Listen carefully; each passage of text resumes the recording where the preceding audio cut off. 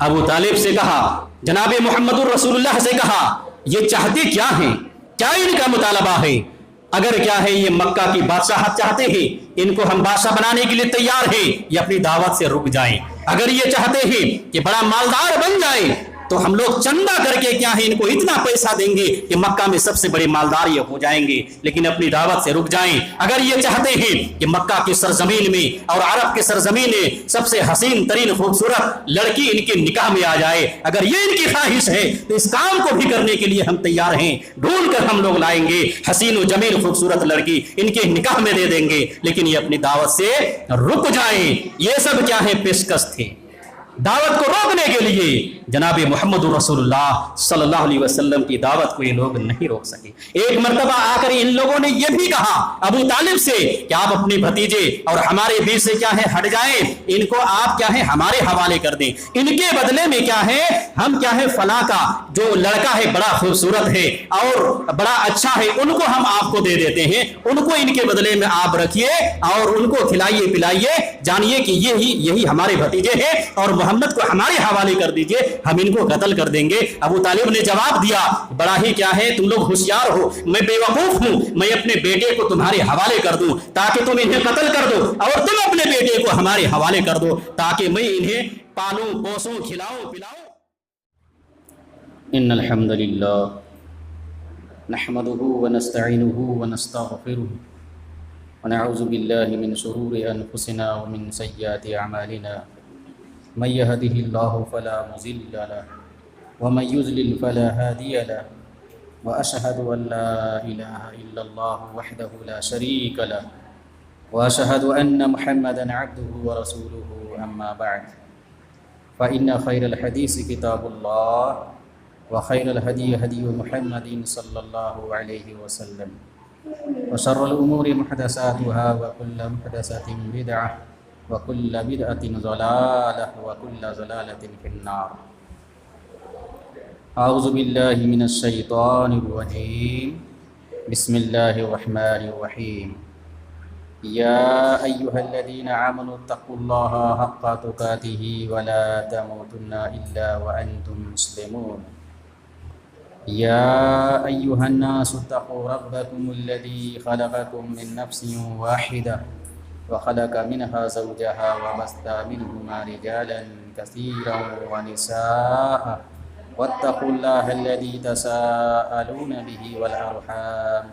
إن الله كان عليكم رقيبا۔ يا أيها الذين آمنوا اتقوا الله وقولوا قولا سديدا يصلح لكم أعمالكم ويغفر لكم ذنوبكم ومن يطع الله ورسوله فقد فاز فوزا عظيما۔ بسم الله الرحمن الرحيم۔ اتقتلون رجلا ان يقول ربي الله رب اشرح لي صدري ويسر لي امري واحلل عقدة من لساني يفقهوا قولي رب زدني علما رب زدني علما رب زدني علما۔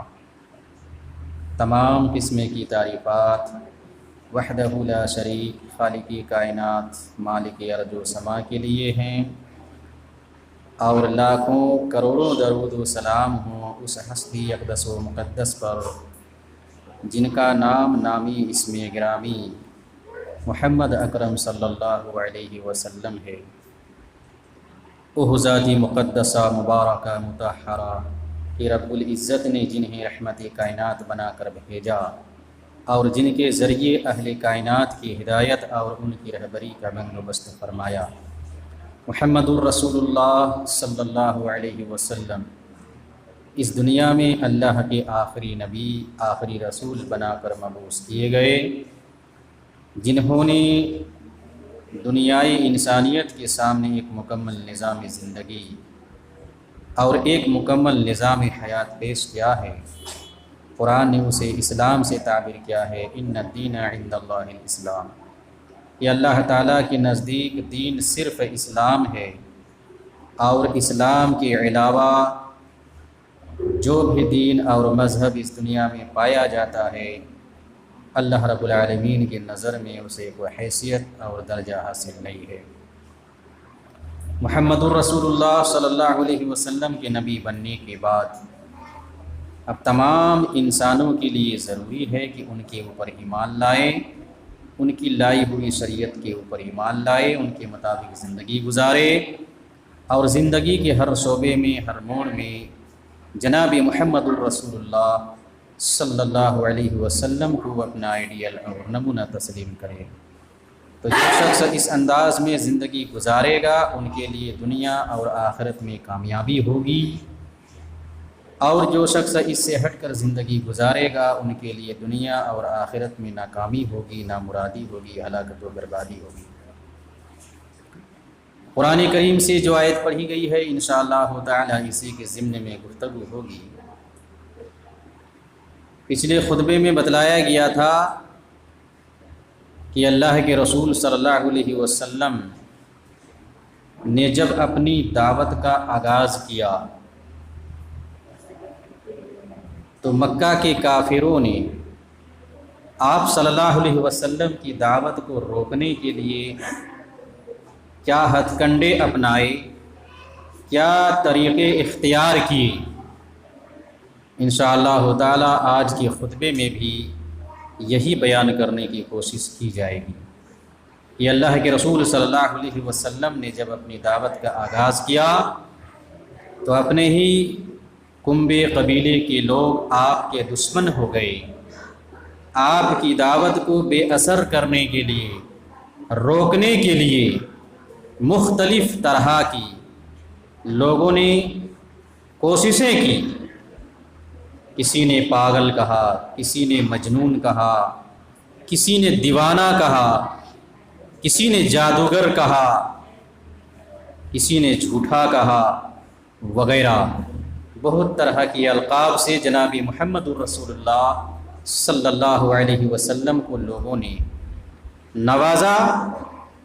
تاکہ آپ کی دعوت رک جائے اور ایک اللہ کی عبادت کی طرف لوگ راغب نہ ہوں۔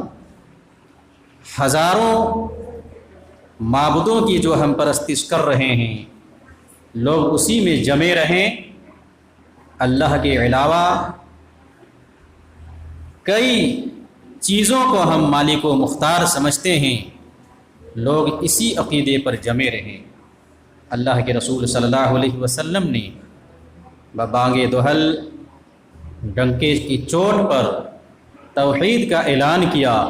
کہ اللہ ایک ہے، عبادت صرف اللہ کے لیے جائز ہے،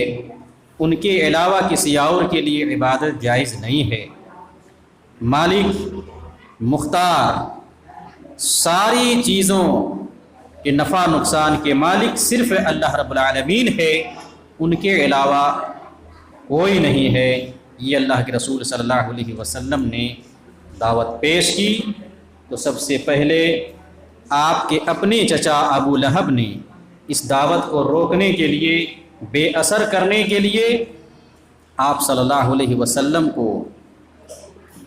گالیاں دیں، برا بھلا کہا، بددعائیں دیں، تکلیفیں پہنچانا شروع کیا، راستے میں کانٹے ڈالنے لگے، اور جہاں جہاں اللہ کے رسول صلی اللہ علیہ وسلم اپنی دعوت کو لے کر جاتے یہ ابو لہب وہاں پہنچ کر ان کی دعوت کو بے اثر کرنے کے لیے پھر لوگوں کو دوسرے انداز میں سمجھاتا۔ تو اس طرح سے اللہ کے رسول صلی اللہ علیہ وسلم کو اپنے ہی لوگوں نے پہلے، پھر مکہ کے دوسرے لوگوں نے پریشان کرنا شروع کیا، ستانا شروع کیا۔ اللہ رب العالمین نے بیان فرمایا فذکر فما انت بنعمت ربک بکاہن ولا مجنون، کہ اے نبی پاک صلی اللہ علیہ وسلم آپ ان لوگوں کو نصیحت کرتے رہیں، آپ کا کام نصیحت کرنا ہے۔ فما انت بنعمت ربک، آپ اپنے رب کے فضل و کرم سے نہ تو کاہن ہیں، نہ تو مجنون ہیں، نہ تو آپ کیا ہیں جادوگر وغیرہ ہیں۔ آپ لوگوں میں دعوت کا کام کرتے رہیں، انہیں نصیحت کرتے رہیں، انہیں برے کاموں سے آپ روکتے رہیں، انہیں شرک اور بت پرستی سے روکتے رہیں، اور معبودان باطلہ کی جو یہ پرستش کر رہے ہیں، ان کی بے بسی، ان کی لاچاری اور ان کی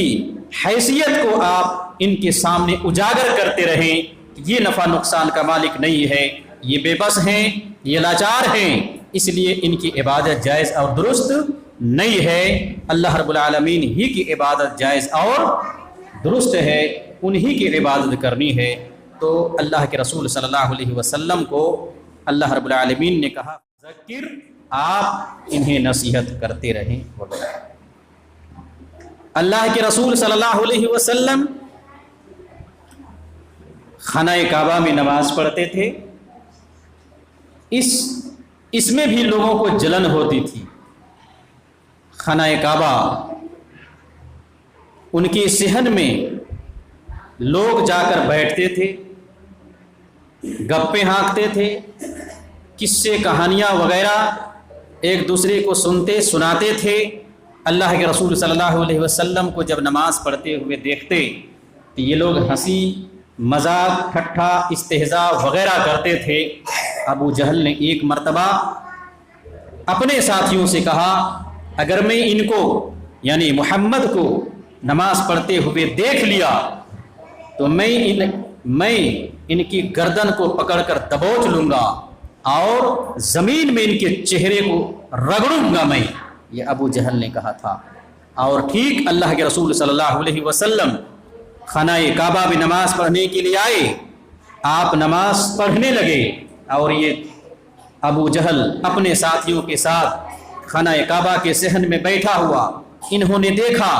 اور پھر اپنے ساتھیوں سے کہا یہ شخص پھر آیا، اب میں جاتا ہوں اور جو میں نے کہا ہے وہ میں کروں گا۔ چنانچہ اللہ کے رسول صلی اللہ علیہ وسلم کی طرف آگے بڑھا تاکہ ان کی گردن کو پکڑیں اور چہرے کو زمین پر رگڑیں، آگے بڑھا، اتنے ہی میں کیا ہے یہ پیچھے ہٹنے لگا، اپنے ہاتھ سے بچاؤ کرنے لگا۔ پوچھا ان کے ساتھیوں نے ابو الحکم آپ ابھی آگے بڑھے تھے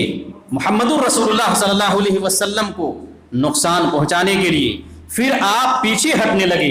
اپنے ہاتھوں سے آپ کیا ہے بچاؤ کر رہے تھے، ماجرا کیا ہے؟ اللہ کے رسول صلی اللہ علیہ وسلم نے بتلایا کہ یہ ابو جہل